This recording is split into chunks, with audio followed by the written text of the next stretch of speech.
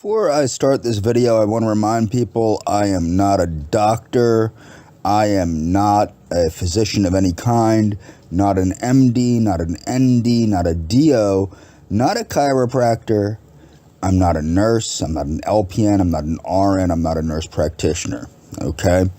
Now, that being said, I'm going to go over some things that can be tried by people that are trying to get well. Okay? That aren't traditional psychotherapy. Or perhaps maybe they're more traditional psychotherapy in some ways. And you'll see what I mean by that. So, as we've gone over in previous videos, psychotherapy is not well proven. It's just not. However, one of the ways people used to get well was the use of philosophy and the use of religion. Okay?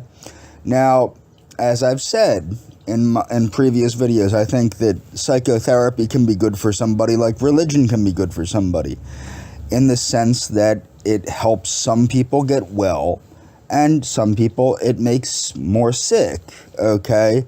And I've seen that. I've seen people get well simply by turning their life over to religion, okay? Most people I've seen that have turned their lives over to religion have become much less mentally well, okay? However, I have seen people become completely cured, mostly of addictions, but also of emotional issues and things of that nature by turning their lives over to religion, okay?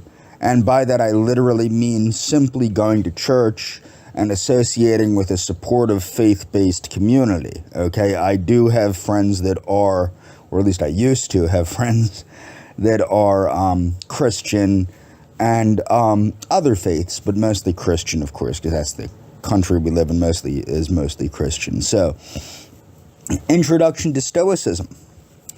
Simply put, Stoicism was designed to help people live their best possible lives. It's a philosophy of life that maximizes positive emotions, reduces negative emotions, and helps individuals to hone their virtues of character. At any moment, in any situation, and at any stage of life, Stoicism provides a framework for living well. Stoicism was deliberately created to be understandable, actionable, and useful. So unlike psychotherapy, where you need a priest, also known as the psychotherapist, to interpret the psychotherapy for you, Stoicism removes that intermediary and allows you to approach it directly. So Stoicism is deliberately created to be understandable and actionable and useful.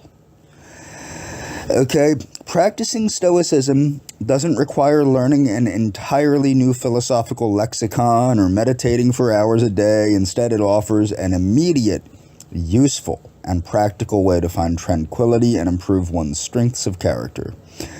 Stoicism is having a renaissance with entrepreneurs, athletes, and politicians. If you have an interest in learning more about Stoicism, or if you want to explore answers to some of life's most significant questions, please read on. Stoicism is a school of philosophy that hails from ancient Greece and Rome in the early parts of the 3rd century BC. It's important to keep in mind how differently people thought then. People's primary concern was to avoid living an unfortunate life. Therefore, they were more likely to order their thoughts, decisions, and behaviors to promote increased life satisfaction.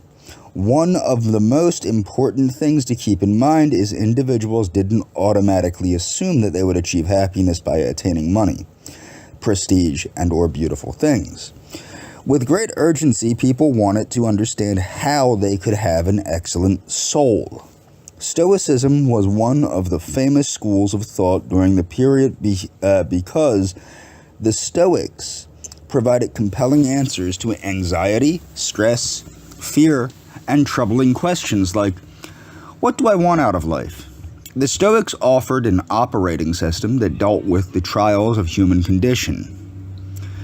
I want enduring happiness and tranquility of mind, which come from being a virtuous person. Okay? Who were the Stoics? Okay, so you have Marcus Aurelius, Lucius Annanos of Seneca, Zeno of Citium, Epictetus. Okay.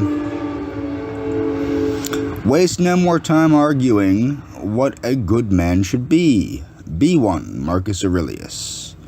Okay, you can read this on your own. I'm going to move on. So people that are familiar with Nietzsche and are also familiar with Sigmund Freud will note that Sigmund Freud kind of borrowed, in heavy quotations, a lot from Nietzsche. Okay?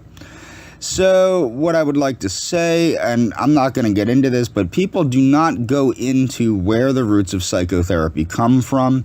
And it's ancient Greece. It is the Stoic philosophy of ancient Greece, but especially CBT, but also even the whole idea of the superego, the ego, and the id. That comes from ancient Greece too. That comes from Platonic thought.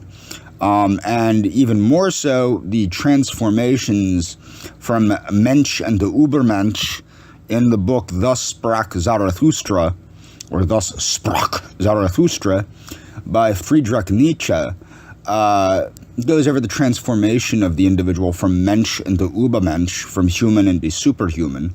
And that mentions a little bit about that too. It's really interesting how psychotherapy came about. There's not really a lot of science behind psychotherapy when it really comes down to the nitty-gritty. However, with things like Stoic philosophy, there's a lot of observable outcomes, good observable outcomes over the many centuries that people have implemented this. Academics, so adopting a Stoic life can provide many benefits. Academics have proven that taking part in the ancient philosophy of Stoicism does reduce negative emotions, with 94% of participants who took part in the annual Stoic Week event run by Royal Holloway University of London, saying they feel better about their lives. I am calmer. Now, again, this is self-reporting. This is like most of this behavioral health crap, so it's self-reporting, but it should be taken into consideration, I feel. This person says, I am calmer, I accept many disagreeable things with good spirits, not so easily hurt. It has made me think, question, and discuss until now. Half-formed ideas. The guidance of Stoicism makes me happy, blah, blah, blah, blah, blah. Okay, moving on. Stoicism for mental health. If there's a doctrine that emphasizes a way of life and not provides a pastime, Stoicism is one of those philosophies. It is a practice for a way beneficial, okay? Very core of anguish, blah, blah, blah. You can read this on your own.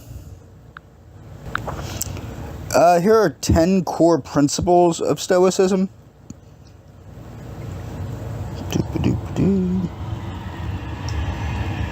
Stoicism was a school of ancient philosophy founded in Athens by the Phoenician merchant Zeno of Citium around 301 BC. It was originally called Zenonism. The Stoics met outside in the public on this porch. I probably should say on his porch, and anyone could listen to the debate. Blah blah blah blah blah. Again, these are some of the Stoics. What is Stoicism? 10 key principles. Live in agreement with nature. The ultimate goal of life was agreed by all ancient Stoics of philosophy. The goal of life is a bit tricky to translate. The supreme happiness or fulfilled attainable by human beings, the good life, a flourishing, lofty, and smoothly flowing life. The goal of life, the good life. This is not very helpful and brings us to the main concern of the Stoic philosophy, how to live one's life. The human being is a rational animal. And this is also why I encourage folks to read the works of Ayn Rand. Okay, that's what separates us from sheep and beasts.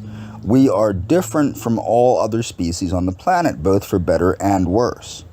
The point of interest is not that we have smaller teeth, different skin, or weaker bones, but our social and mental abilities, the very abilities that let me write this article, meaning the person writing this article, what distinguishes humans from all other species is our capacity for rationality. We should not behave like sheep or beasts. Living in agreement with nature is about behaving rationally, like a human, instead of randomly and out of passion, like a beast. Humans are meant to apply reason and act like humans, not like animals. Live by virtue. It is the highest of all goods. Okay, I'm going to go over this. Focus on what you can control. Accept what you can't. Now again, this goes over, if you remember the 8 laws of health, trust in God. The biggest part about trusting in God, I'm not a particularly religious person, but it's accepting the fact that you're not God. You don't have control over everything. So focus on what you can control and accept what you can't.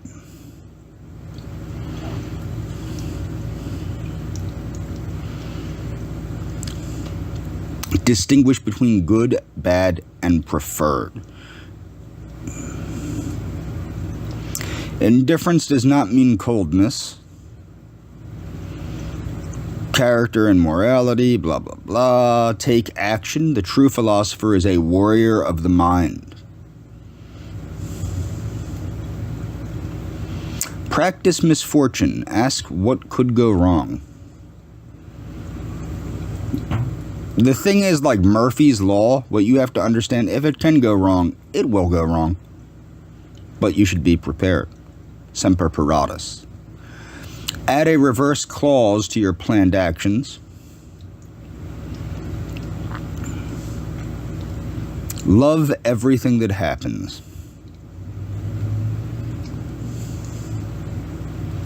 Turn obstacles into opportunities. Your perception is key. You learn from everything. Keep that in mind. Be mindful. Stoic mindfulness is where it all begins. Moving on. This is the Daily Stoic, and this goes over 9 Stoic exercises. Okay, just showing you, this will be linked in the description. You can read it on your own if you would.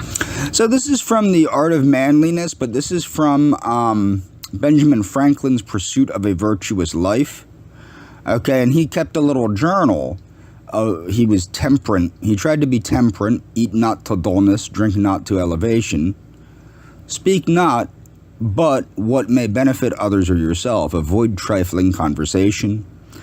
Let all things have their places. Let each part of your business have its time. This is order. Resolution. Resolve to perform what you ought perform without fail what you resolve. Frugality. Make no expense but to do good to others or yourself. Industry. Lose no time. Be always employed in something useful. Cut off all unnecessary actions. Sincerity. Use no hurtful deceit. Think innocently and justly, and if you speak, speak accordingly. Justice. Wrong none by doing injuries or omitting the benefits that are your duty. Moderation. Avoid extremes, forbear resenting injuries, so much as you think they deserve. Cleanliness. Tolerate no uncleanliness in your body, clothes, or habitation. Tranquility. Be not disturbed at trifles or at accidents, common or unavoidable. Chastity. Rarely use venery, but for health or offspring. Never to dullness, weakness, or the injury of your own or another's peace or reputation. Humility. Imitate Jesus and Socrates. Okay, and I'm going to move on here.